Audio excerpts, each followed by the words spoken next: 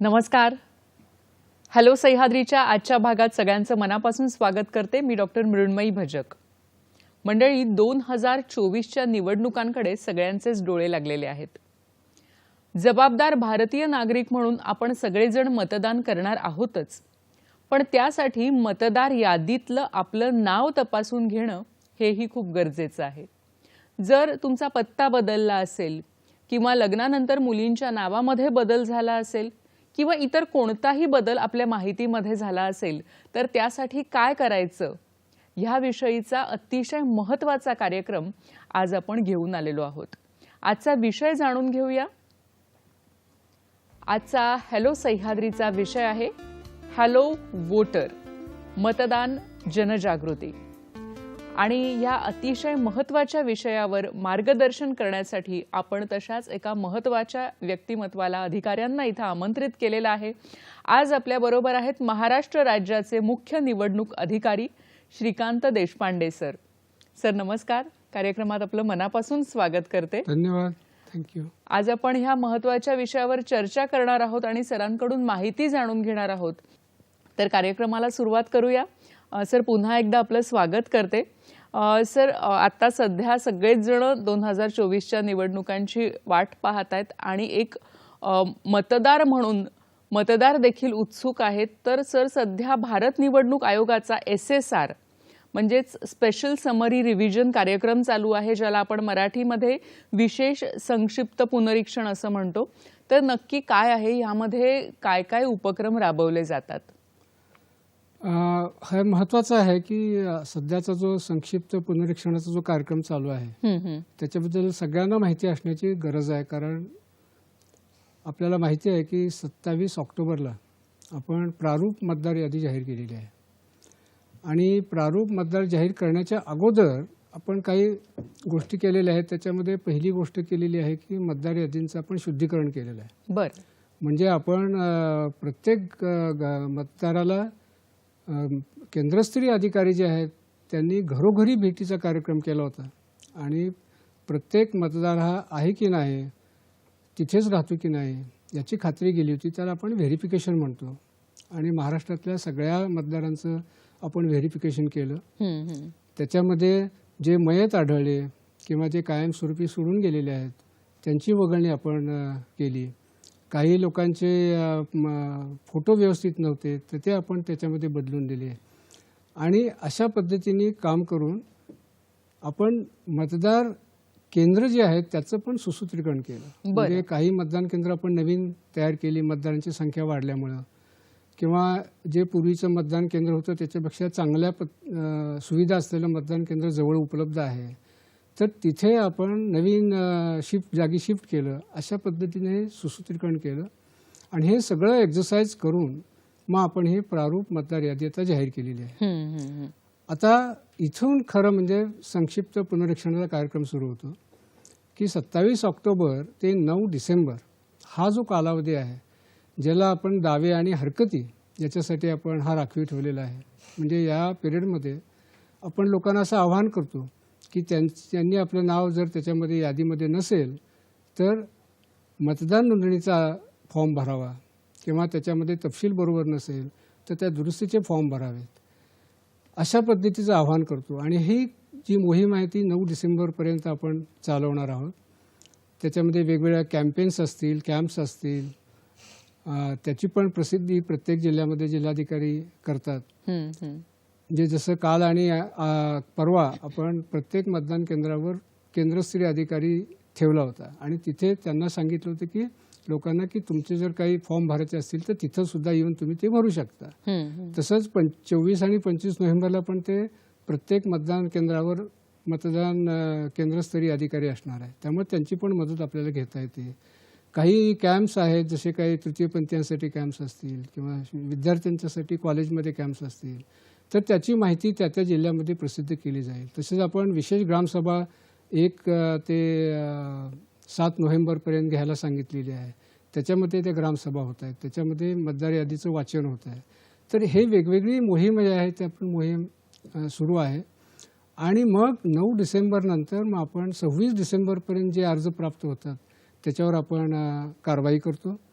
आणि कारवाई झाल्यानंतर मग आपण जानेवारीच्या पहिल्या आठवड्यात म्हणजे साधारणतः 5 जानेवारीला आपण अंतिम यादी प्रसिद्ध करतो. आणि तिथं आपली पुनरीक्षणाचा कार्यक्रम संपतो. म्हणजे असे हा पुनरीक्षणाचा कार्यक्रम म्हणजे थोडक्यात ही उजळणी आहे मतदार यादीची.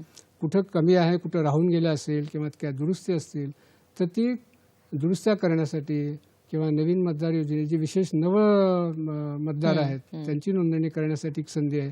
अशा ह्याचं आपण त्याला हे करतो आणि ह्याला आपण संक्षिप्त पुनरीक्षणाचा कार्यक्रम असं म्हणतो. बरोबर आहे. म्हणजे ह्या कालावधीत म्हणजे 9 डिसेंबरपर्यंत जर आपल्याला काही बदल करायचे असतील, नावात बदल झाला असेल, पत्त्यात बदल झाला असेल तर तो आपल्याला लगेचच कळवायला लागेल. सर ह्यासाठी तुम्ही सर्वेक्षण वगैरे करता का? जसं मी आत्ता सांगितलं की प्रारूप मतदार यादी जेव्हा आपण प्रसिद्ध केली त्याच्या अगोदर आपण सगळ्या याचं फिजिकल व्हेरिफिकेशन सगळ्या मतदारांचं महाराष्ट्रातलं केलेलं आहे. म्हणून ह्या संक्षिप्त पुनरीक्षण काळामध्ये आपण पुन्हा हे सर्वेक्षण करत नाही. ते याच्यामध्ये जे कॅम्पेन्स असतात त्याच्यामध्ये कॅम्प्स आहेत किंवा मतदान केंद्राच्या ठिकाणी मतदान केंद्रस्तरीय अधिकारी उपस्थित आहेत त्या ठिकाणी आपण तिथे फॉर्म देऊ शकता किंवा त्यांची मदत घेऊ शकता. त्यामुळे असं स्वतंत्र आपण आता पुन्हा सर्वे याच्यामध्ये करत नाही. पण याच्यामध्ये एक गोष्ट तुम्हाला नमूद करावीशी मला वाटते की सध्याचं जे मतदार यादी बनवायचं काम चालू आहे त्याच्यामध्ये जी अर्हता दिनांक आहे ती आपली 1 जानेवारी 24 आहे. ते 1 जानेवारी 24ला ज्यांचं 18 वर्ष पूर्ण होत आहे अशा लोकांचे अर्ज आपण यावेळेला स्वीकारतो आहोत.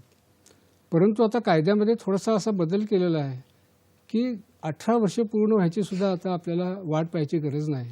कारण आता दर तिमाहीला म्हणजे एप्रिलला 1 एप्रिल, 1 जुलै, 1 ऑक्टोबर या तारखेला सुद्धा आपण ही प्रक्रिया पुनरीक्षणाची करतो. आणि त्यामुळे ज्यांचा जन्म 1 ऑक्टोबर 2024 या दिवशी जर आपण 18 वर्ष पूर्ण होत असतील तर त्यांचे आपण आगाऊ सुद्धा फॉर्म्स या निमित्ताने या कॅम्पेनमध्ये आपण घेतो. त्यामुळे 17 वर्ष पूर्ण झाल्यानंतर सुद्धा आपल्याला ॲडव्हान्स फॉर्म भरण्याची सुविधा या वर्षापासून आपण दिलेली आहे. त्यामुळे 18 वर्ष पूर्ण झालेले आहेत किंवा 1 ऑक्टोबर 24ला 18 वर्ष पूर्ण होणार आहेत अशा सगळ्यांनी या कॅम्पेनमध्ये आपले ॲडव्हान्स ॲप्लिकेशन फॉर्म भरावेत अशा पद्धतीची या निमित्ताने आपल्या सगळ्या नागरिकांना एक आव्हान आहे. नक्कीच सर. म्हणजे 17 वर्ष पूर्ण झालेली आहेत तर आपण आगाऊ हा अर्ज भरू शकतो.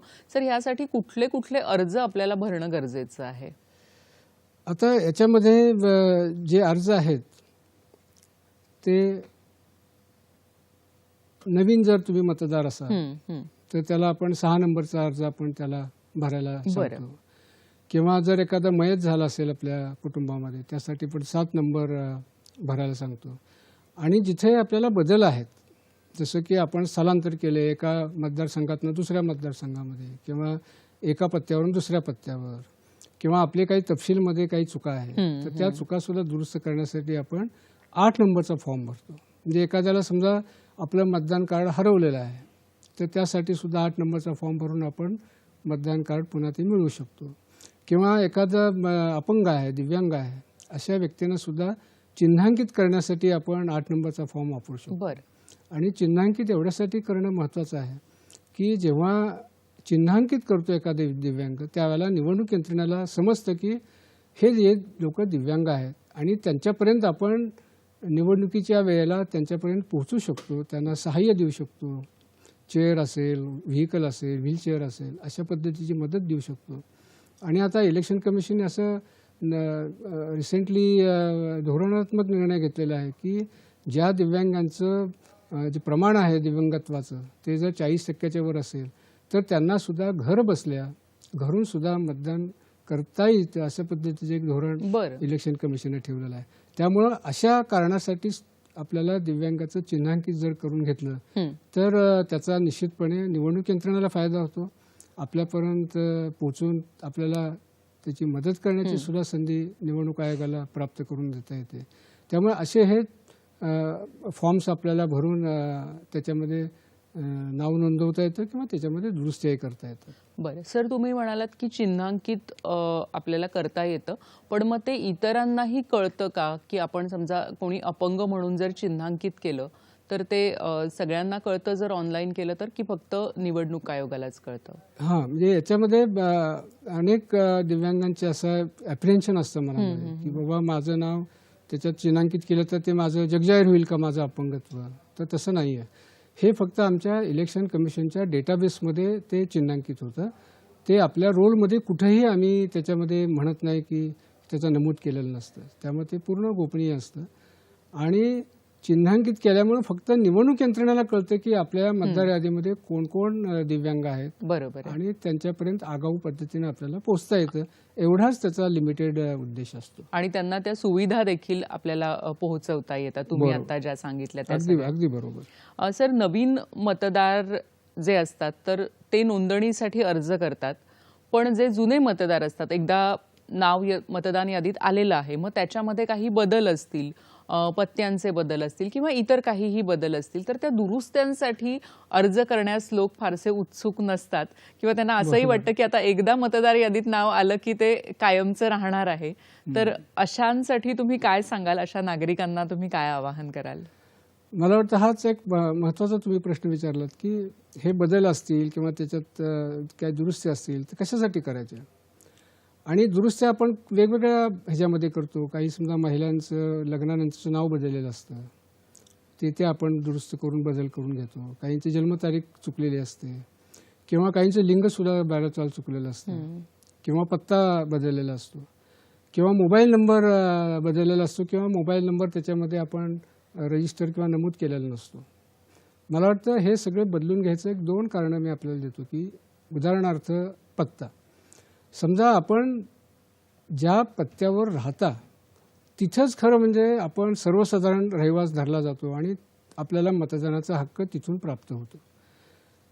जर निवडणूक यंत्रणा त्या पत्त्यापर्यंत पोहोचली आणि त्यांना असं लक्षात आलं की इथे राहत नाहीत तर आपलं नाव केव्हाही डिलीट होऊ शकतं. बरं. त्याच्यातनं वगळलं जाऊ शकतं. त्यामुळे जिथे तुम्ही राहता तिथे आपण पत्ता असेल तर तो आपल्याला अद्ययावत असणं फार महत्त्वाचं आहे. दुसरी गोष्ट, समजा आमच्या ज्या नोटीस असतात किंवा आम्ही जे मतदान कार्ड जे आहे ते आम्ही स्पीड पोस्टने पाठवतो आणि हे स्पीड पोस्टने पाठवल्यानंतर जर तुम्ही त्या पत्त्यावर राहतच नसला तर हे त्यांच्याच हातात आपण हे मतदान कार्ड देतो. त्यामुळं ते परत येण्याची शक्यता आहे. त्यामुळे त्यांच्यापर्यंत त्या सुविधा पोहोचू शकत नाही. जर आपण मोबाईलचा जर विचार केला तर मोबाईल नंबर आपल्या याच्यामध्ये जर नमूद असेल ॲक्युरेटली किंवा त्याच्यात बदल झाला असेल तर त्यात बदल केलेला असेल तर मोबाईलच्या माध्यमातून सुद्धा अनेक सुविधा इलेक्शन कमिशन नागरिकांना देतं. की जसं जेव्हा इलेक्शन असतात त्यावेळेला त्यांना त्याच्यामध्ये मेसेजेस जातात की आपलं नाव ह्या पोलिंग स्टेशनला आहे किंवा आपला मतदानाचा दिवस हा आहे, ही वेळ आहे, आपलं जे वोटर स्लिप असते ती सुद्धा आपण त्याच्यामध्ये द्यायची व्यवस्था करतो. किंवा भविष्यामध्ये ज्या ज्या सुविधा SMS द्वारे किंवा WhatsAppद्वारे निवडणूक आयोग देऊ शकेल अशा सर्व सुविधा आपल्या मोबाईलवर देऊ शकतात. पण आपला मोबाईल तिथे व्यवस्थित असला पाहिजे किंवा नमूद केला असला पाहिजे. मला वाटतं सर्व सुविधा आपल्यापर्यंत व्यवस्थितपणे पोहोचवण्यासाठी त्याच्यातले जे बदल आहेत ते सगळे बदल आपण दुरुस्त करून घेतले पाहिजे. आता महिला समजा नाव बदललं आहे तर आणि जुनं नाव त्यांचं मतदार यादीमध्ये आहे तर कुणीही ऑब्जेक्शन घेऊ शकतं की ह्या त्या नाही आहे. त्यामुळे आपल्यालाच ती अडचण येऊ शकते जेव्हा आपण प्रत्यक्ष मतदान करतो. त्यामुळे मला वाटतं हे जे बदल आहेत किंवा ह्यातले जे हे करून घेतले पाहिजेत आणि आपला मतदार म्हणून जो तपशील आहे तो अचूक राहील याची सगळ्या मतदारांनी खात्री करून घेतली पाहिजे. बरोबर आहे. आणि ही सगळी जी प्रक्रिया आहे ती सर आधी केली पाहिजे, कारण बऱ्याचदा असं होतं की मतदानाच्या दिवशी मग खूप गोंधळ उडतो की आमचं नाव या यादीत नाहीये आणि मग मतदार देखील थोडेसे त्यांना त्रास होतो की आपलं नाव शोधण्यामध्ये. बरोबर. त्यामुळे ही सगळी प्रक्रिया आहे ही आधी करणं खूप गरजेचं आहे, जेणेकरून आपलं मतदान हे अतिशय सुलभ पद्धतीने होऊ शकतं.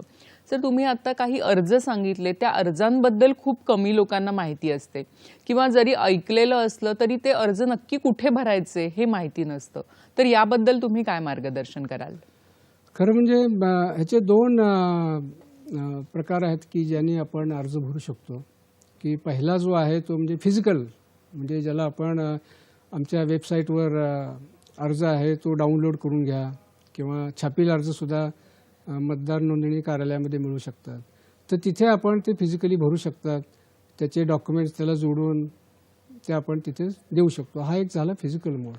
पण दुसरा एक मोड महत्त्वाचा आहे की तो म्हणजे ऑनलाईन सुद्धा तुम्ही घर बसल्या हे करू शकता. बरं. आणि ऑनलाईन भरण्यासाठी 2 व्यासपीठं आपल्याकडे आहेत. की पहिलं म्हणजे आमचं एक पोर्टल आहे voters.eci.gov.in. आपल्या स्लाईडमध्ये आपण पाहत असाल तर ते डेस्कटॉपवर आपण उघडून त्या ह्याला जर संकेतस्थळाला जर भेट दिली तर हे सुद्धा आपल्याला ओपन करता येतं. हे व्यासपीठ आहे. दुसरं म्हणजे अगदी मोबाईलवर सुद्धा आपल्याला नाव नोंदणी किंवा सगळ्या सुविधा त्या करता येतात.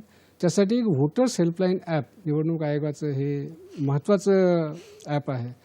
आणि हे ॲप जर आपल्या मोबाईलवर डाउनलोड केलं तर आपण मोबाईलवर सुद्धा सर्व प्रक्रिया, सगळ्या सुविधाच्या प्रक्रिया आपण पूर्ण करू शकतो. मला वाटतं ऑनलाईन मोड फार पॉप्युलर होत आहे. म्हणजे माझ्याकडे जे डेटा आहे त्याच्यामध्ये जवळजवळ 80% आसपास जे अर्ज आहेत ते जवळजवळ ऑनलाईन पद्धतीने येतात आणि हे फार सोपे आहेत, सहज आहेत आणि फार युजर फ्रेंडली आहेत. त्यामुळं ह्या कुठल्याही मोडमधनं जरी आपण अर्ज केला तर तो आमच्यापर्यंत पोहोचतो.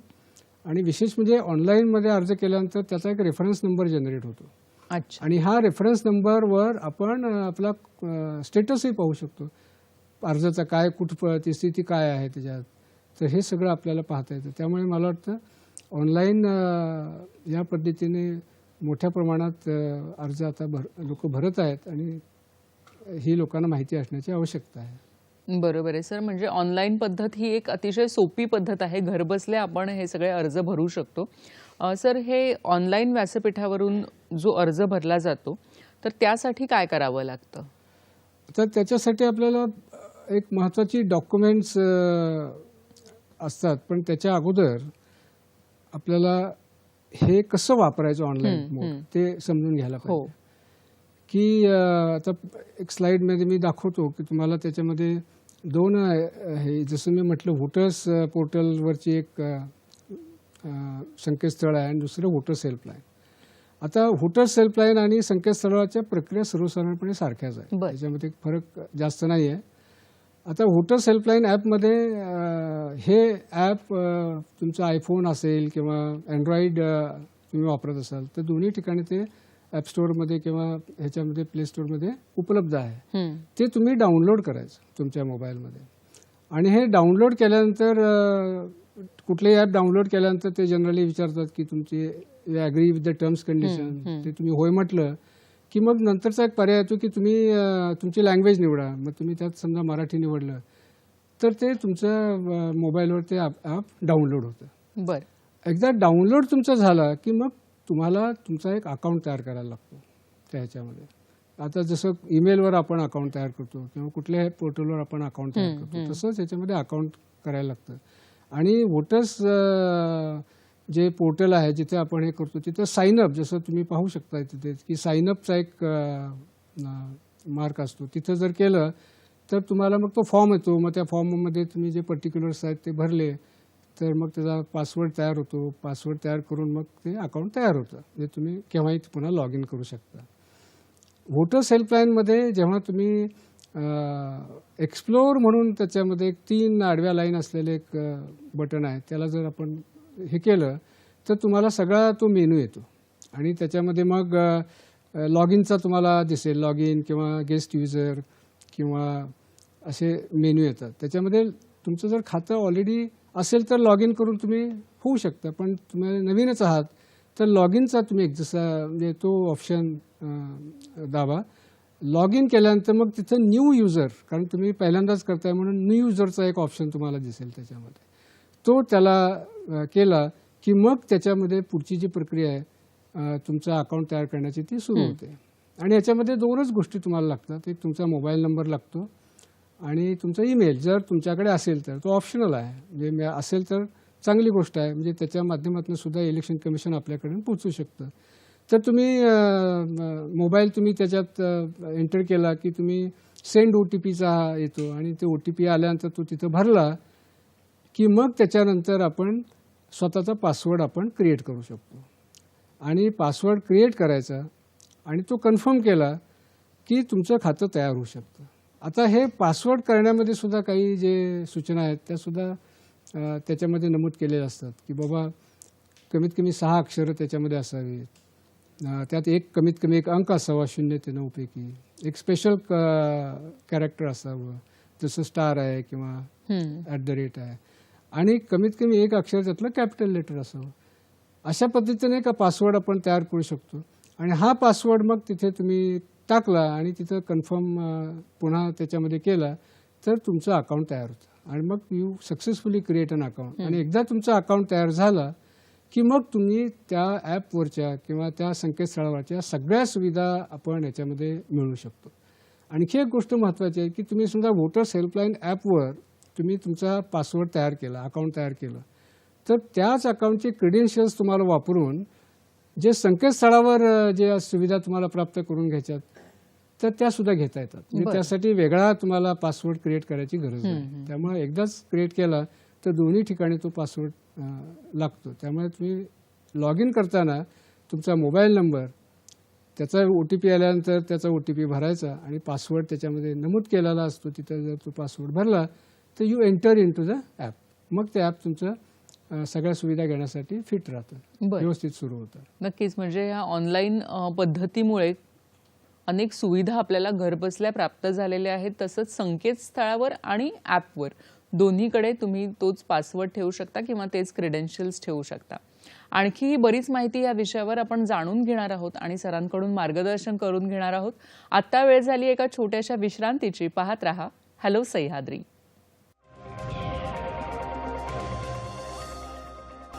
नमस्कार. विश्रांतीनंतर सगळ्यांचं मनापासून स्वागत करते. भारत हे लोकशाही राष्ट्र आहे आणि ह्यामध्ये सर्व नागरिकांना मतदानाचा हक्क आहे. मतदानाचा हक्क आहे तसंच ते कर्तव्य देखील आहे. आणि त्यासाठी नक्की आधी आपल्याला कशा पद्धतीने नाव नोंदणी करायची आहे, काही बदल असल्यास काय आपल्याला अपडेट करायचं आहे आपल्या मतदार यादीमध्ये, याविषयी माहिती करून घेतोय. आणि आज आपल्याबरोबर आहेत महाराष्ट्र राज्याचे मुख्य निवडणूक अधिकारी श्रीकांत देशपांडे सर. सर, मगाशी तुम्ही सांगितलं की अर्ज कशा पद्धतीने भरायचा, ऑनलाईन पद्धतीने कशा पद्धतीने आपण भरू शकतो, तसंच कोणकोणते दस्तावेज असणं गरजेचं आहे? हा महत्त्वाचा प्रश्न आहे, कारण यासाठी 3 दस्तावेज लागतात. पहिलं म्हणजे त्याचा फोटो. आणि तो फोटो जेव्हा आपण ऑनलाईन करतो मोबाईलवर, त्या मोबाईलच्या कॅमेरावर सुद्धा तो आपण फोटो घेऊ शकतो आणि अपलोड करू शकतो. त्याच्यात काही अडचण येत नाही. त्या व्यतिरिक्त जे 2 पुरावे आहेत ते म्हणजे वयाचा पुरावा, कारण 18 वर्षापेक्षा त्याचं वय जास्त असणं गरजेचं आहे. आणि दुसरा पुरावा म्हणजे त्याचा निवासाचा पुरावा. हे 2 पुरावे फार महत्त्वाचे आहेत. आणि जसं मागाशी मी तुम्हाला सांगितलं की 1 जानेवारी 24 याला 18 वर्षे पूर्ण करणाऱ्यांनी आत्ता अर्ज जसे भरू शकतात, तसं 1 ऑक्टोबर 24ला पूर्ण करणारे 18 वर्षे पूर्ण करणारे जे आहेत त्यांच्यासाठी सुद्धा आपण अर्ज गोळा करायचे आपण या कॅम्पेनमध्ये घेतलेलं आहे, ठरवलेलं आहे. त्या पद्धतीने हे लागतं. वयाचा जर पुरावा जर आपण पाहिला तर त्याच्यामध्ये निवडणूक आयोगानं अनेक ऑप्शन्स दिलेले आहेत. जसं त्याचा जन्माचा तारखेचा दाखला असेल, नगरपालिकेने, महानगरपालिके जो ऑथॉरिटी असेल त्यांनी इश्यू केलेला. आधार कार्डमध्ये सुद्धा आपल्याला जन्मतारीख नमूद असते. भारतीय पासपोर्ट जो आहे त्याच्यामध्ये असते. तसंच एखादं कुठलंही 10वीचं किंवा 12वीचं सर्टिफिकेट जे असतं किंवा मार्कशीट असतं तिथं सुद्धा जन्मतारीख नमूद असते, ड्रायव्हिंग लायसन्स आहे, पॅन कार्ड आहे. तर मला वाटतं यातलं कुठलंही ऑप्शन्स आपण एक्झरसाईज करू शकतो जे आपल्याला उपलब्ध आहे. त्यामुळे निवडणूक आयोगाने असे अनेक ऑप्शन्स वयाच्या दाखल्यासाठी दिलेले आहेत. आणि दुसरं जे आहे ते निवासाचा पुरावा. ते निवासाचा पुरावामध्ये सुद्धा असे डॉक्युमेंट्स आहेत की जिथे निवासाचा पत्ता तुमचा लिहिलेला असतो, ते पासपोर्टवर लिहिलेला असतो, आधार कार्डवर लिहिलेला असतो, किंवा जर तुमचं भाड्याने घर असेल तर भाडे करारावर असतो, किंवा तुमच्याकडे युटिलिटीज जे असतात जसं वीज बिल आहे किंवा गॅस कनेक्शनचं बिल आहे, टेलिफोनचं बिल आहे, किंवा स्वतःचं घर मालकीचं असेल तर त्याचा दस्तऐवज कुठला जो असेल तो. त्याच पद्धतीने एखाद्या बँकेमध्ये तुमचं खातं असेल तर त्याचं पासबुकसुद्धा त्यासाठी आपण ग्राह्य धरतो. किंवा तुमच्याकडे एखादा महसूल खात्याचा काही दस्तऐवज असेल की ज्याच्यामध्ये तुमच्या पत्त्याचा उल्लेख असतो. तर असे अनेक ऑप्शन्स आपण याच्यामध्ये दिले आहेत. त्यामुळे यातला कुठलाही पुरावा आपण देऊ शकतो. आणि जेव्हा आपण फॉर्म भरतो त्यावेळेला वयासाठी कुठला तुम्ही पुरावा देता त्याची पण ड्रॉपडाऊन मेनू येतो आणि त्याच्यामधून तुम्ही यापैकी कोणी सिलेक्ट करू शकता आणि ते अपलोड करू शकता. त्यामुळं ही बेसिक डॉक्युमेंट्स आपल्याला आवश्यक आहे. बरोबर आहे सर. वयासाठी आणि पत्त्यासाठी खरं तर अनेक पर्याय उपलब्ध आहेत, अनेक दस्तावेज आहेत. पण समजा जर कोणाकडे ह्यापैकी काही नसतील दस्तावेज तर मग आपल्याला अर्ज भरता येऊ शकतो का? मला वाटतं तरीसुद्धा आपल्याला भरता येतो. कारण याच्यामध्ये जे दस्तऐवज नमूद केलेले आहेत जे आत्ता मी आपल्याला सांगितले त्याच्यामध्ये कुठलाही दस्तऐवज आपल्याकडे असेल तर देऊ शकता. परंतु याच्यामध्ये जर दस्तावेज आपल्याकडे कुठले उपलब्ध नसतील तर आणखी एक ऑप्शन त्याच्यामध्ये दिलेला असतो, अदर्स म्हणून. त्यामुळे अदर्स म्हणून जर तुम्ही टिक केलं आणि त्या व्यतिरिक्त तुमच्याकडे कुठलाही जर दस्तऐवज असेल, म्हणजे समजा राशन कार्ड असेल किंवा जे कुठलाही असेल याच्यामध्ये नमूद केलेलं नसेल, अशा अनेक दस्तऐवज आपल्याला मिळू शकतील. त्यातलं तुम्ही अपलोड करू शकता. म्हणजे केवळ हे जे नमूद केलेले आहेत तेवढेच पाहिजेत असं काही नाही. त्याच्या व्यतिरिक्त असतील पण ते व्हॅलिड असले पाहिजेत, ते सुद्धा आपण देऊ शकता. काही कॅटेगरीमध्ये कुठलेच तुम्हाला उपलब्ध नसतात. उदाहरणार्थ समजा बेघर जर आपण पाहिले किंवा तृतीयपंथी आहे, अनेक लोकांच्याकडे आपण पाहतो की यांच्याकडे कुठलेही डॉक्युमेंट नसतात. त्यामुळे जन्मतारखेचा दाखला नसतो, निवासाचा पत्ता नसतो, काहीच नसतं. तर अशा कॅटेगरीज जे बेघर आहे, देहव्यवसाय करणाऱ्या महिला आणि तृतीयपंथी, आणि अगदी लेटेस्ट आम्ही भटक्या आणि विमुक्त जमाती त्यात इन्क्लूड केलेल्या आहेत की यांना एक सेल्फ डिक्लेरेशन, ज्याला स्वघोषणापत्र आपण म्हणू शकतो, असं आपण घोषणापत्र त्यांच्याकडनं घेऊ शकतो. म्हणजे बाकी कुठलेही डॉक्युमेंट त्यांना द्यायची त्यावेळेला गरज राहत नाही. आणि हे घोषणापत्र काय असतं बेसिकली, तर त्याच्यामध्ये तो लिहिलं की त्याच्यामध्ये की माझं नाव अमुक अमुक आहे, माझं जन्मतारीख अमुक अमुक आहे आणि रहिवासाचा पत्ता खालीलप्रमाणे आहे, आणि तो सही करतात. एवढंच डिक्लेरेशन लागतं. आणि मग हे डिक्लेरेशन दिल्यानंतर कुठल्याही कागदपत्राची गरज राहत नाही. मग आमचं जे मतदार केंद्रस्तरीय अधिकारी असतात ते त्या पत्त्यावर ॲक्च्युली भेट देतात, फील्ड व्हिजिट करतात, आणि त्या फील्ड व्हिजिटमध्ये ते तपासतात की तो खरंच तिथं राहतो का. आणि मग त्याची खात्री केल्यानंतर मग तसा अहवाल दिल्यानंतर त्याच्यावर आपण कारवाई करतो आणि ते अर्ज आपण गृहीत धरतो आणि त्याचे अप्रूव्ह करतो, मंजूर करून घेतो. त्यामुळे या विशेष कॅटेगरीसाठी आपल्याला याची म्हणजे आवश्यकता नसते. पण त्यांच्याकडे जर असतील तर ती चांगलीच गोष्ट आहे, त्याला स्वघोषणापत्र द्यायची गरज नाही. पण नसतील तर हा पर्याय निवडणूक आयोगाने दिलेला आहे. पण एक महत्त्वाची गोष्ट मला सांगायची आहे की आपण हे जे डॉक्युमेंट्स आहेत ते कुठल्या फॉर्मॅटमध्ये आपण अपलोड करतो ऑनलाईन, तर त्याला 2 फॉर्मॅट आहे. इमेज फॉर्मॅटमध्ये एक JPG फॉर्मॅट आणि JPEG फॉर्मॅट. या फॉर्मॅटमध्येच फक्त आपण हे ॲक्सेप्ट करतो, आपल्या मोबाईलमध्ये असतील किंवा आपल्या संकेतस्थळावरचा जो फॉर्म भरतो त्याच्यामध्ये. त्यामुळे असे जे तुमचे डॉक्युमेंट असतात त्याचे तुम्ही फोटो काढून घ्या, तुमच्या फोटो गॅलरीमध्ये सेव्ह करून ठेवा आणि ते तुम्ही ह्याच्यामध्ये अपलोड करू शकता. फक्त एकच काळजी घ्यायला लागते की याचा साईज जो आहे त्याला मर्यादा आम्ही ठेवलेली आहे की प्रत्येक डॉक्युमेंटची साईज 2 MB पेक्षा जास्त नसावी. मॅक्सिमम 2 MB आहे. तर ती काळजी जर घेतली तर आपल्याला डॉक्युमेंट अपलोड करण्यासाठी काहीही आपल्याला प्रॉब्लेम येत नाही. फक्त ही जी सगळी डॉक्युमेंट तुम्ही द्याल ती फक्त सेल्फ अटेस्ट करा.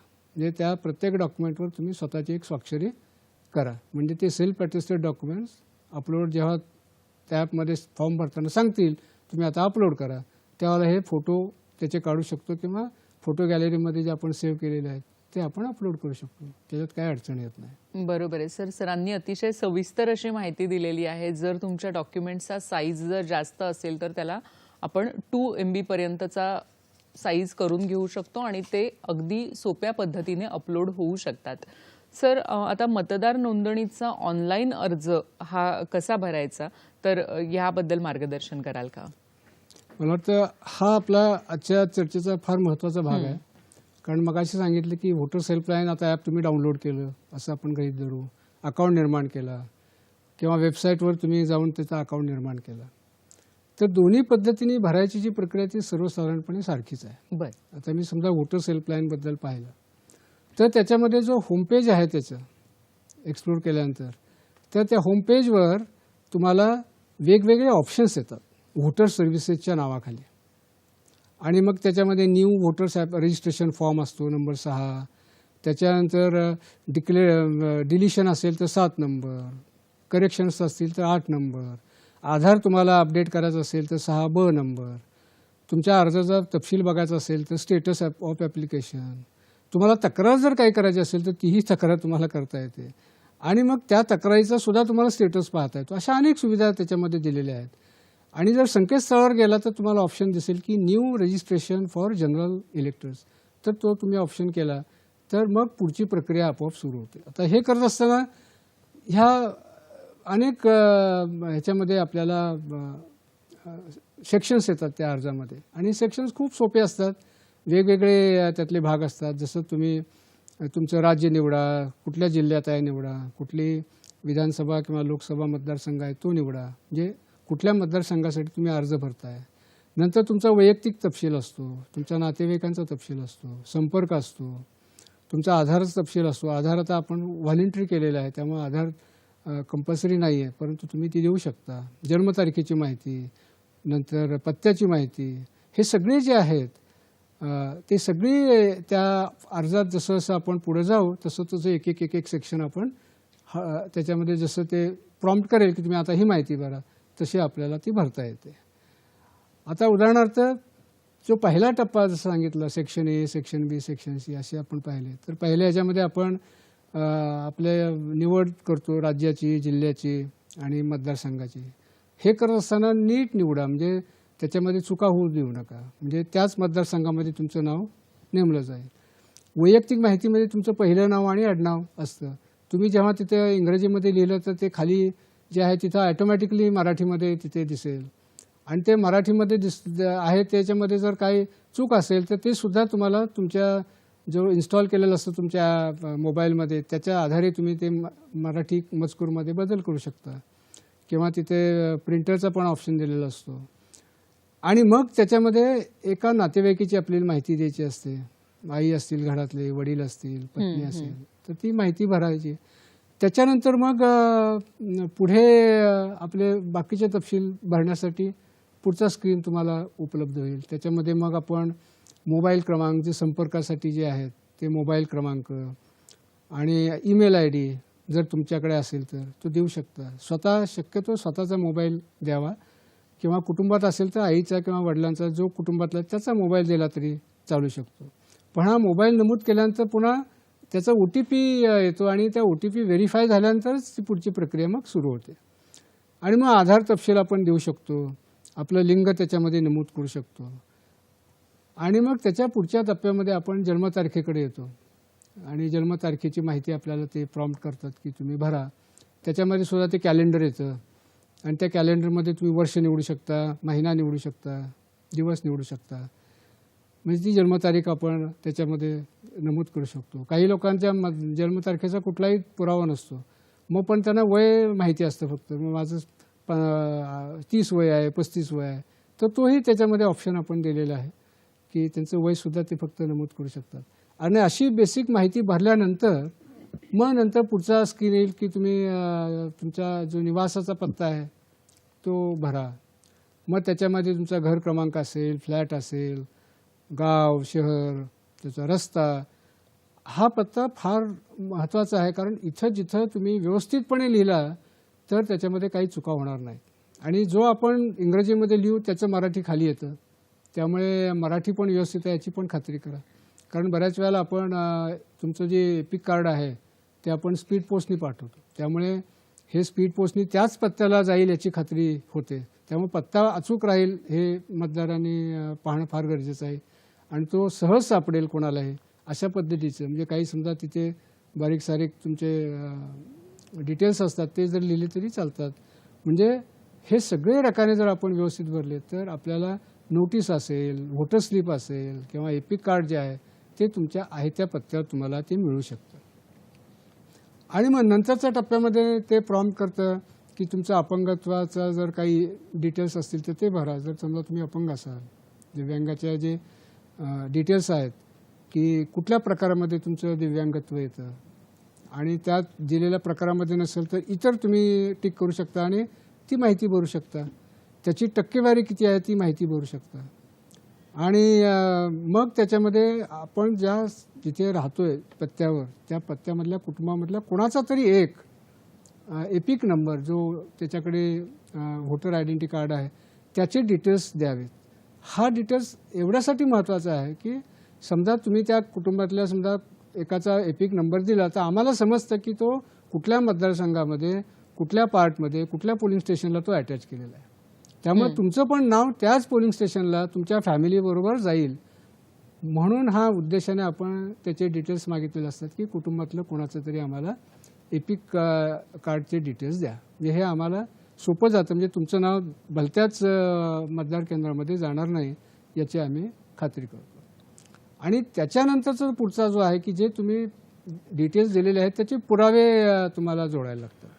आता उदाहरणार्थ तुमचा रेसिडेन्सचा पुरावा आहे, मग पुढच्या वेळेला मग जो स्क्रीन येईल त्याच्यामध्ये विचारेल की दस्तऐवज तुम्ही जोडा. मग त्याच्यामध्ये दस्तऐवज निवडा, त्याच्यामध्ये ड्रॉपडाऊन मेनू होतो की कुठला तुम्ही घेणार आहेत, आधार कार्ड आहे कुठला आहे, जे काय असेल ते तुम्ही तिथे निवडू शकता. आणि त्यातलं नसेल तर अदर हा ऑप्शन निवडू शकता. आणि मग त्याच्यामध्ये आपण चूज फाईल म्हणतो आपण. जर तुम्ही कॉम्प्युटरवर काम करत असाल तर ते डेस्कटॉपमध्ये तुमच्याकडे जे ठेवलेलं आहे, स्टोअर केलेलं आहे ते अपलोड करू शकता. मोबाईलवर काम करत असेल तर तुमचे जी कॅमेरा किंवा गॅलरी असे 2 ऑप्शन येतात. मग कॅमेरा असेल तर तुम्ही त्याच वेळेला त्या मोबाईलचा कॅमेरा आहे त्याने त्याचे फोटो काढू शकता आणि अपलोड करू शकता. किंवा तुम्ही तुमच्या फोटो गॅलरीमध्ये स्टोअर केला असेल तर त्या फोटो गॅलरीमधनं तुम्ही अपलोड करू शकता. त्यामुळे हा दस्तऐवज आपण निवासाचा जसा आहे तसंच आपला बाकीचे दस्तावेज आहेत की डेट ऑफ बर्थचा असेल तो आपल्याला असंच अपलोड करता येतो, किंवा फोटो असेल तोही असा अपलोड करता येतो. फोटो काढता येतो मोबाईलच्या याच्यावरनं किंवा तुमच्या फोटो गॅलरीमधून अपलोड करू शकता. म्हणजे हे सगळं झाल्यानंतर बेसिक डिटेल्स तुमचे पूर्ण होतात. आणि नंतरचा जो टप्पा आहे त्या फॉर्ममधला तो म्हणजे तुमचं घोषणापत्र. बरं, की तुम्ही जी दिलेली माहिती आहे ती बरोबर आहे, त्याच्यात काही चूक नाही. कारण याच्यामध्ये जर चुकीची माहिती दिली तर तो दंडनीय अपराध आहे. आणि म्हणून ही डिक्लेरेशन त्याच्याकडनं आपण घेतो. कुठून फॉर्म भरला ते ठिकाण आपण त्याला नमूद करायला सांगतो, तुमचं जन्मगाव त्याच्यामध्ये नमूद करायला सांगतो. आणि हे फॉर्म सगळा डिक्लेरेशन जेव्हा तुम्ही भरता त्यानंतर मग तुम्ही तो सबमिट केल्यानंतर मग तुम्हाला तो तुमचा फॉर्म प्रिव्ह्यूमध्ये सगळा तो फॉर्म तुम्हाला दिसतो. म्हणजे जो आत्तापर्यंत सगळे डिटेल्स भरलेले आहेत तो सगळा फॉर्मच तुम्हाला त्याच्यामध्ये दिसतो. तो प्रिव्ह्यूचं तुम्हाला ते कॅप्चर जर तुम्ही भरला आणि प्रिव्ह्यूचा बटन दाबला तर तुम्हाला तो सगळा प्रिव्ह्यू दिसतो, त्याच्यामध्ये सगळा फॉर्म तुम्हाला दिसतो. आता इथे मात्र तुम्ही लक्ष ठेवलं पाहिजे की आपण भरलेल्या फॉर्ममधले जे डिटेल्स आहेत ते व्यवस्थित भरलेले आहेत, त्याच्यामध्ये काही चुकीचं नाही आहे किंवा करेक्शन्स नाहीत याची खात्री करावी. आणि मग तो आपण सबमिट करतो. आणि सबमिट केल्यानंतर मग तुम्हाला एक मेसेज येतो मोबाईलवर की your application has been successfully submitted आणि हा तुमचा रेफरन्स नंबर आहे. फ्युचर यासाठी तुम्ही हा सेव्ह करा. आणि त्याच्यामध्येच एक बटन आहे की तुम्ही ॲक्नॉलेजमेंट डाउनलोड करू शकता. त्याच्यामध्ये तुमचा सगळा फॉर्म पण डाउनलोड होतो भरलेला ऑनलाईन आणि तुमचे रेफरन्स नंबर पण डाउनलोड होतो. त्यामुळे तुम्हाला फ्युचर रेफरन्ससाठी हा रेफरन्स नंबर तुम्हाला वापरता येतो. आता इथं तुमची ॲप्लिकेशन भरण्याची प्रक्रिया ही पूर्णपणे होते. आता याच्यामध्ये मी सांगितलं की तुमचा प्रिव्ह्यू आपण घेतो, त्याच्यामध्ये डिक्लेरेशन भरतो, त्याच्यामध्ये बाकीच्या ज्या गोष्टी करतो, ह्या गोष्टी सगळ्या फॉर्म्सला कॉमन आहेत. फक्त कॉमन कुठल्या नाही आहेत तर कशासाठी आणि कुठलं दस्तावेज तुम्ही अपलोड करता तेच फक्त कॉमन नाही, बरं. त्या त्या प्रकारावरती अवलंबून राहतं. तेवढाच फक्त बदल असतो, पण ही सगळी प्रक्रिया आणि हे सगळे फीचर्स ह्या प्रत्येक फॉर्ममध्ये असतात. बरं. त्यामुळे इथे आपण हे फॉर्म पूर्ण स्वीकारल्यानंतर मग त्याची प्रक्रिया पुढची सुरू होते. बरोबर आहे सर. तुम्ही हे अगदी सविस्तर सांगितलेलं आहे आणि मला वाटतं की हे करताना अतिशय सोपं अशी ही प्रक्रिया आहे. सर, तुम्ही मगाशी दुरुस्त्या आणि काही बदल असतील तर त्याच्याबद्दल आपण बोलत होतो, तर त्याचाही अर्ज आपल्याला ऑनलाईन भरता येईल का? हां, आता याच्यासाठी आपण 8 नंबरचा फॉर्म जो आहे, जे सुरुवातीला आपण दाखवतो एक्सप्लोररमध्ये वेगवेगळे ऑप्शन्स आहेत. जसं 6 नंबरचा नवीन रजिस्ट्रेशनसाठी, तसं 8 नंबरचा बदलांसाठी. तर 8 नंबर त्यासाठी आपल्याला भरायला लागतो. आणि याच्यामध्ये काय काय दुरुस्त्या आपण करू शकतो की याच्यामध्ये आपण आपला रेसिडेन्स बदलला असेल, पत्ता बदलला असेल किंवा एका मतदारसंघातून दुसऱ्या मतदारसंघात गेलो असेल ते आपल्याला बदलता येतं. बरं. तपशील बदलता येतो. किंवा आपण दिव्यांग असेल आणि ते त्याच्यामध्ये चिन्हांकित नाही झालेलं तर ते करू शकतो. किंवा आपण आपलं कार्ड हरवलेलं आहे किंवा खराब झालेलं आहे तर ते आपण बदलून घेऊ शकतो. अशा अनेक गोष्टी आपण या फॉर्ममध्ये आपण करून घेऊ शकतो. या फॉर्मचं आणखी एक वैशिष्ट्य आहे की हा फॉर्म तुम्ही स्वतः भरू शकताच, पण तुम्ही दुसऱ्यांसाठी सुद्धा तुमच्याच ॲपमधनं हा फॉर्म भरू शकता. म्हणजे तुम्ही तुमच्यासाठीच नव्हे तर इतरांसाठी सुद्धा ह्या दुरुस्त्या तुमच्या मोबाईलवर तुमच्या अकाउंटमधनं करू शकता. हा एक महत्त्वाचा आहे. म्हणून तिथं 2 ऑप्शन येतात. तुम्ही ॲप्लिकेशन स्वतःसाठी करता आहात की इतरांसाठी करता आहात. स्वतःसाठी असेल तर तो होतोच, पण इतरांसाठी सुद्धा आपल्याला तुमच्या मोबाईलमधलं जे ॲप आहे ते आपल्याला त्या मदतीनं आपल्याला ते करता येतं. बरोबर आहे सर. म्हणजे या एकाच अर्जावरून आपल्याला हे सगळं करता येतंय. आपण हे सगळे अर्ज सर आपण क्रमाने पाहूया का? म्हणजे सगळ्यात महत्त्वाचं आहे ते स्थलांतराविषयी. बरोबर. त्याविषयी तुम्ही खरं तर मगाशी सांगितलेलंच आहे. तर हा अर्ज कसा भरायचा याविषयी जरा मार्गदर्शन कराल? आता जसं शिफ्टिंग ऑफ रेसिडेन्स हा एक पर्याय आपल्या ह्याच्यामध्ये येतो 8 नंबरमध्ये. जेव्हा 8 नंबर तुम्ही फॉर्म वापरता तेव्हा अनेक पर्याय आहेत. त्यातला शिफ्टिंग ऑफ रेसिडेन्स. आता शिफ्टिंग ऑफ रेसिडेन्समध्ये 2 भाग असतात. एक म्हणजे तुम्ही मतदारसंघातूनच दुसऱ्या मतदारसंघात जात असाल तर त्याला आउटसाईड असेंब्ली कॉन्स्टिट्युन्सी आपण हा पर्याय निवडायला लागतो. पण तुम्ही पत्ता बदललेला आहे परंतु मतदारसंघ तुमचा बदललेला नाही तर तिथं मात्र विदिन असेंब्ली कॉन्स्टिट्युन्सी तुम्ही पर्याय नेमू शकता. त्यामुळं हा फॉर्म भरताना मग आपल्याला काय भरायला लागतं फक्त, कारण मतदारसंघ बदलल्यानंतर फक्त तुम्हाला पत्ताच बदलायला लागतो. त्यामुळं या अर्जामध्ये तुमचा जर तुम्ही एका मतदारसंघातून बाहेर जर गेला असेल दुसऱ्या मतदारसंघात तर मात्र तुम्ही त्यातलं राज्य निवडा, जिल्हा निवडा आणि मतदारसंघ निवडा. म्हणजे त्याची खात्री होते की तुम्ही बरोबर त्याच मतदारसंघामध्ये तुमचं शिफ्टिंग होत आहे. आणि ते झाल्यानंतर मग तुम्हाला तुमचा आधार क्रमांक असेल, संपर्क क्रमांक असेल, ती माहिती रुटीनली विचारली जाते. आणि त्यानंतर तुमचा निवासाचा जो आहे तर ते आपल्याला तिथे भरायला लागतं. बरं. की बाबा तुमचा घर नंबर असेल, रोड असेल, जे काय असेल तर तो बदललेल्या पत्त्याचा तपशील तिथे तुम्ही भरा आणि तो व्यवस्थित भरा. त्याच्यात काही बदल होणार नाही किंवा त्याच्यामध्ये सापडण्यामध्ये काही प्रॉब्लेम होणार नाही अशा पद्धतीने तो ॲक्युरेटली भरा. आणि मग ते त्याचा एव्हिडन्स म्हणून तुम्ही कुठला दस्तऐवज करता आहात तर ते तुम्ही पुन्हा दस्तऐवज कुठलं त्याच्यामध्ये सबमिट करताय ते निवडा आणि त्याच्या मदतीने मग ते अपलोड करा. तुमच्या फोटो गॅलरीमधनं अपलोड करा किंवा त्याचा फोटो काढून अपलोड करा किंवा तुमच्या कॉम्प्युटरमध्ये सेव्ह केला असेल तर त्याच्यातून अपलोड करा. तर इथं मग ही प्रक्रिया सुरू होते. बाकीच्या जशा प्रक्रिया मी सांगितल्या की तुम्ही फॉर्म भरल्यानंतर त्याचा प्रिव्ह्यू दिसतो आणि त्याच्यानंतर तुमचे सगळे डिटेल्स तुम्हाला पाहू शकता. पुन्हा सबमिट केल्यानंतर तुम्हाला रेफरन्स नंबर मिळतो. ह्या प्रक्रिया सगळ्यांना सेम असतात. तुम्ही तुमचा फॉर्म सेव्ह करू शकता डाउनलोड करून, रेफरन्स नंबर सेव्ह करू शकता. आणि एवढाच भाग फक्त मी जो आपल्याला अपलोड करायचा आहे आणि नमूद करायचा आहे तेवढ्याबद्दल ह्याच्यामध्ये सांगितलं. तेवढं केलं तर तुमचा स्थलांतराचा पूर्ण अर्ज त्याच्यामध्ये स्वीकारला जातो. बरोबर आहे सर. ही खूप महत्त्वाची माहिती आहे कारण अनेक जणांना नोकरीनिमित्त, व्यवसायानिमित्त खूप जास्त वेळा स्थलांतर करावं लागतं तर त्याचा नक्कीच फायदा होईल आणि मला वाटतं यावेळी अर्ज देखील अधिक येतील. सर, अर्ज क्रमांक 8 मध्येच आपण सांगितलं होतं की दिव्यांग मतदारांनी जे चिन्हांकन करायचं असतं तर त्या अर्जाविषयी देखील तुम्ही बोलला होतात. तर ह्याबद्दल आम्हाला अधिक माहिती मिळेल का? आता याच्यामध्ये जसं दिव्यांग चिन्हांकित करणं किंवा इतर जे तपशील आहे ते दुरुस्त्यामध्ये येतं. बरं. त्यामुळं आपण शिफ्टिंग ऑफ रेसिडेंट जसं मी सांगितलं तसं करेक्शन ऑफ एंट्रीजसाठी एक ऑप्शन येतो आणि correction of entries of existing electoral roll जो तुमचं मतदार यादीमध्ये नाव आहे त्याचं आपल्याला तिथे येतं आणि मग ते एंट्रीज त्याच्यामध्ये दिसतात. आता याच्यामध्ये जो मार्किंगसाठी जो आहे त्या मार्किंग तुम्ही जर सिलेक्ट केला तर त्याच्यामध्ये तुम्हाला 2-3 पर्याय दिसतात की दिव्यांगत्वाची टक्केवारी किती आहे ते तुम्ही भरू शकता. 30%, 40% जो असेल तो भरलाच पाहिजे असं नाही, पण भरल्यानंतर त्याचे फायदे असे असतात की तुम्हाला 40%च्या वर असेल तर तुम्हाला घरून मतदान करता येतं आणि मग त्याचे बाकीचे कुठले जे अपंगत्वाचे जे प्रकार आहेत ते कुठल्या प्रकारामध्ये तुम्ही येता त्याची माहिती भरायला लागते आणि दिव्यांगाचं प्रमाणपत्र जर तुमच्याकडे असेल तर तुम्ही अपलोड करू शकता त्याच्यामध्ये. म्हणजे आम्हाला खात्री पडते की तुम्हाला डायरेक्टली आम्ही व्होटिंग फॉर होमची सुविधा डायरेक्टली देऊ शकतो. नाहीतर ज्यावेळेला आपण इलेक्शन डिक्लेअर होतात त्यावेळेला मग आपल्या यादीमधले जे दिव्यांग आहेत कोण आहेत ते आपण तपास घेतो, त्यांच्यापर्यंत पोहोचतो आणि त्यांच्याकडे जर 40%च्या वर जर प्रमाणपत्र असेल तर त्यांना आपण ती सुविधा देतो. बाकीच्यांना मात्र ही सुविधा आपण देता येत नाही. त्यामुळं ज्यांच्याकडे उपलब्ध आहे त्यांनी ते भरावा. अशा पद्धतीचं आपण दिव्यांगाचं चिन्हांकित करू शकतो. बरोबर आहे सर.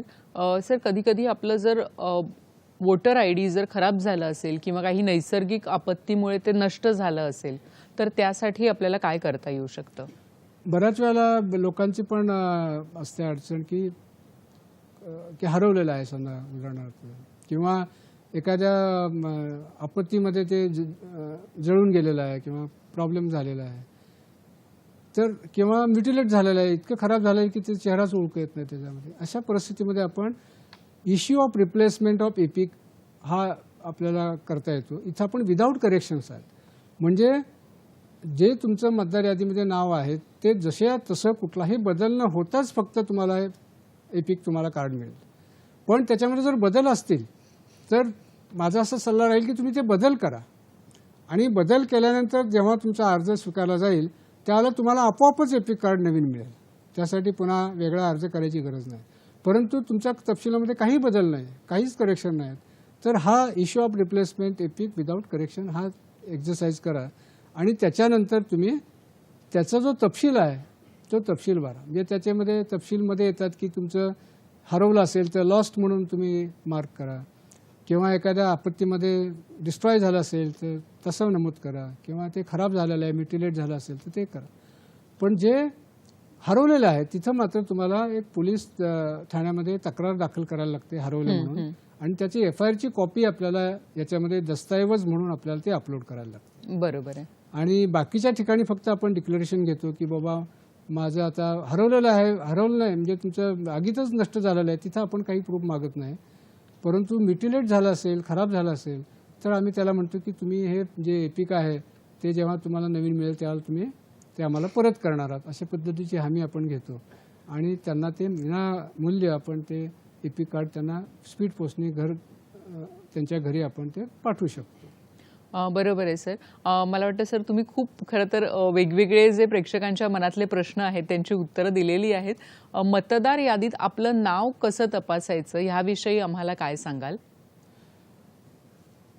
आता त्याच्यापूर्वी एक तुम्हाला मी सांगेन की आपला अर्ज जो आहे तो कसा आपण त्याची स्थिती काय आहे पाहू म्हणजे ते स्टेटस कसा बघायचा. बरं. तर त्याच्यामध्ये सुद्धा आपल्याला लक्षात येईल की know your status of application म्हणून तुम्हाला येईल आणि त्या स्टेटस ऑफ ॲप्लिकेशनमध्ये तुम्ही तुमचा मोबाईल भरा. मोबाईल नाही तुमचं ते रेफरन्स नंबर जो आहे तो तुम्ही भरा आणि कुठल्या राज्यातनं तुम्ही केलेलं आहे ते राज्याची निवड करा. एवढं केलं की बरोबर तुम्हाला त्याचे सगळे डिटेल्स मिळतात. म्हणजे व्होटर्स हेल्पलाईनमध्ये ह्या जसं स्लाईडमध्ये दाखवलेलं आहे तसे मिळतात किंवा तुम्ही सबमिशन स्टेजवर आहात किंवा BLO अपॉइंट झालेला आहे, तुमची फील्ड व्हिजिट झालेली आहे आणि ॲक्सेप्ट केलेला आहे का रिजेक्ट केला आहे सगळी माहिती तुम्हाला व्होटर्स हेल्पलाईन ॲपवर मिळते. तशीच माहिती तुम्हाला संकेतस्थळावर सुद्धा त्याच पद्धतीने मिळते, त्याच्यात काही फरक नाही. नक्कीच. आता तुम्ही जो प्रश्न दुसरा विचारला की मतदार यादीमध्ये नाव आहे हे कसं तुम्ही ओळखा, तर त्याच्यामध्ये दोन्ही ठिकाणी आपल्याला ओळखता येतं. त्याच्यामध्ये पद्धती सारखीच आहे आणि त्यासाठी वेगवेगळे ऑप्शन्स आहेत. म्हणजे तुम्ही मतदार तुमचा कार्ड जर असेल तर त्याच्यावर बारकोड असतो किंवा QR कोड असतो, तो तुम्ही स्कॅन करू शकता. किंवा सर्च बाय डिटेल्स, जर त्याचे डिटेल्स तुमचे नाव तुमचं आडनाव हे सगळे डिटेल्स तुम्ही भरले तरी तुम्हाला ते सर्च करता येतं. किंवा एपिक कार्ड नंबर असेल त्याच्यावर सर्च करता येतं. आणि संकेतस्थळावर तुमचा मोबाईल जरी तुमचा असा युनिक तर मोबाईलवरनं पण सर्च करता येतं. असे वेगळ्या पद्धतीने आपण हे सर्च करू शकतो आणि त्याचे डिटेल्स आपल्याला मिळवता येतात. नक्कीच सर, आपण अतिशय महत्त्वाची माहिती ह्या कार्यक्रमातून दिलेली आहे आणि मुख्य म्हणजे संकेतस्थळ आहे आणि ॲप देखील आहे, तर त्याचाही उपयोग आपण करू शकता. जर आपल्याला काही शंका असतील तर तिथून आपण मेल ID जो सरांनी सांगितलेला आहे तिथेही आपण आपले प्रश्न पाठवू शकता.